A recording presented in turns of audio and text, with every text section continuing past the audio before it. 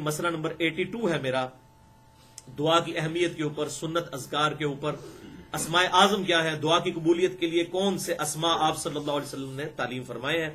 جسے شوق ہو تو وہ مسئلہ نمبر 82 دیکھ سکتا ہے۔ یہاں پر میں 4 احادیث اس کانٹیکسٹ میں بیان کر دیتا ہوں۔ پہلی حدیث صحیح بخاری اور صحیح مسلم کی متفق علیہ حدیث ہے۔ بخاری میں 6399، مسلم میں 6840۔ انس ابن مالک رضی اللہ تعالیٰ عنہ کہتے ہیں کہ آپ صلی اللہ علیہ وسلم کی اکثر دعا یہی ہوا کرتی تھی، آپ کوئی اور دعا مانگے یا نہ مانگے یہ دعا ضرور مانگا کرتے تھے، اللہم ربنا آتنا فی الدنیا حسنہ وفی الآخرۃ حسنۃ وقنا عذاب النار۔ تشہد میں بھی اینڈ پہ اور فرض نماز کے بعد بھی ہم نے اذکار والے کارڈ میں یہ ڈالی ہوئی ہے دعا۔ تو آپ صلی اللہ علیہ وسلم اللہم بھی ساتھ لگا لیتے تھے، تو یہ احادیث سے ثابت ہے۔ اللہم ربنا آتنا فی الدنیا حسنہ وفی الآخرۃ حسنۃ وقنا عذاب النار، اے اللہ، اے رب ہمارے، ہمیں دنیا میں بھی بھلائی عطا فرما اور آخرت میں بھی بھلائی عطا فرما، اور آخرت کی سب سے بڑی بھلائی وقنا عذاب النار، دوزخ کے عذاب سے ہمیں بچا لے۔ اس میں جو مولویوں نے ایڈ کر دیا وقنا عذاب القبری، وقنا عذاب الحشری، یہ بالکل فیبریکیشن ہے۔ قرآن میں بھی دعا یہی ہے، حدیث میں بھی یہی ہے، اور ان کو پتہ نہیں ہے بخاری اور مسلم کی متفق علیہ حدیث ہے جس کا مفہوم ہے کہ جو مر گیا اس کی آخرت قائم ہو گئی، تو مرتے ہی آخرت شروع ہو جاتی ہے، قبر بھی آخرت میں داخل ہے۔ یہ بڑی جامع دعا ہے، ربنا آتینا فی الدنیا حسنہ وفی الآخرۃ حسنہ، تو آخرت قبر سے لے کر جنت میں پہنچنے تک یہ ساری آخرت کی کیٹیگری میں فال کرتی ہے بخاری اور مسلم کی احادیث کی روشنی میں۔ دوسری حدیث بھی بخاری اور مسلم کی متفق علیہ حدیث ہے، زبردست حدیث دعا کے اعتبار سے، کہ صرف دعا نہیں بلکہ نیک اعمال بھی ساتھ کرنے ہیں۔ بخاری میں 5986، مسلم میں 6524، کہ آپ صلی اللہ علیہ وسلم نے ارشاد فرمایا، جو شخص یہ چاہے کہ اللہ اس کا رزق فراغ کر دے اور اس کی عمر لمبی کر دے۔ اب اگر یہ تقدیر کے ہی معاملات ہیں تو یہ بات کیوں کی جا رہی ہے؟ اگر رزق مخصوص ہے اور عمر بھی مخصوص ہے، جو چاہے کہ اللہ اس کا رزق فراغ کر دے اور اس کی عمر لمبی کر دے، تو اسے چاہیے کہ وہ صلہ رحمی کرے، یعنی رشتہ داروں کے ساتھ حسن سلوک کرے۔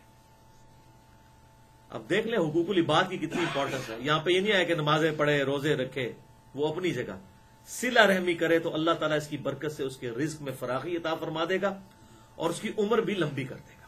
اس میں پھر محدثین نے بڑا کلام کیا کہ اس سے مراد کیا ہے۔ وہ کہتے ہیں عین ممکن ہے کہ اللہ تعالیٰ اسی رزق میں برکت ڈال دے اور اسی عمر میں اس کے لیے برکت ڈال دے، بڑی چھوٹی سی عمر میں اللہ اسے بہت بڑا کام لے لے۔ جیسے امام نووی کی عمر صرف 45 سال ہوئی ہے، لیکن انہوں نے کام اتنا بڑا کیا ہے کہ 100 سال کی زندگی میں بھی کوئی نہیں کر سکتا۔ جنہوں نے صحیح مسلم کی شرح لکھی، آج سے تقریباً سمجھ لیں آپ 800-900 سال پہلے کی بات ہے۔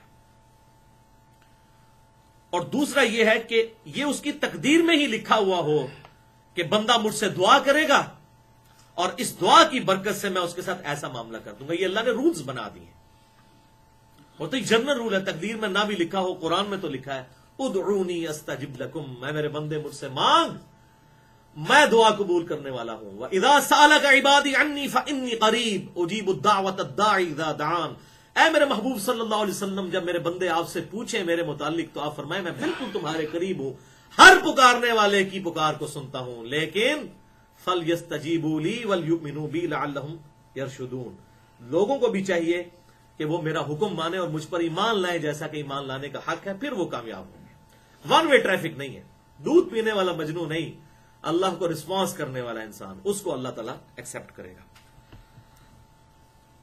تیسری حدیث صحیح مسلم کی، زبردست حدیث 6835، اور یہ موسٹ امپریسو احادیث میں سے ایک ہے جو میں نے آج تک پڑھی ہے۔ آپ بھی سنیں گے حیران ہو جائیں گے یہ کیسی ڈسکوری ہے۔ صحیح مسلم میں یہ حدیث ہے کہ آپ صلی اللہ علیہ وسلم کے زمانہ مبارک میں ایک صحابی اتنے بیمار ہوئے کہ وہ پرندے کی طرح کمزور ہو گئے، بالکل ہڈیاں ان کے جسم پہ رہ گئیں، گوشت پوشت تقریباً ختم ہو گیا۔ تو آپ صلی اللہ علیہ وسلم ان کی عیادت کے لیے آئے۔ صحیح مسلم 6835۔ آپ صلی اللہ علیہ وسلم نے جب ان کی حالت دیکھی تو فوراً بھانپ لیا۔ آپ نے فرمایا تو اللہ سے کیا مانگتا ہے؟ یہ جو تیری حالت ہو چکی ہے، یہ ایکسٹرا آرڈنری جو تیری سچویشن ہے، تو اللہ سے کیا خاص چیز ایسی مانگتا ہے؟ اس نے کہا یا رسول اللہ صلی اللہ علیہ وسلم، میں اللہ سے یہ مانگتا ہوں کہ اے اللہ جو تو نے مجھے آخرت میں عذاب دینا ہے مجھے دنیا ہی میں دے لے. انا للہ و انا الیہ راجعون. حضور صلی اللہ علیہ وسلم میں سبحان اللہ، اللہ پاک ہے. اور یہ تو کیسی دعا کر رہا ہے؟ کیا تو طاقت رکھتا ہے اس کے عذاب کو برداشت کرنے کی؟ تیرے میں ہمت ہے؟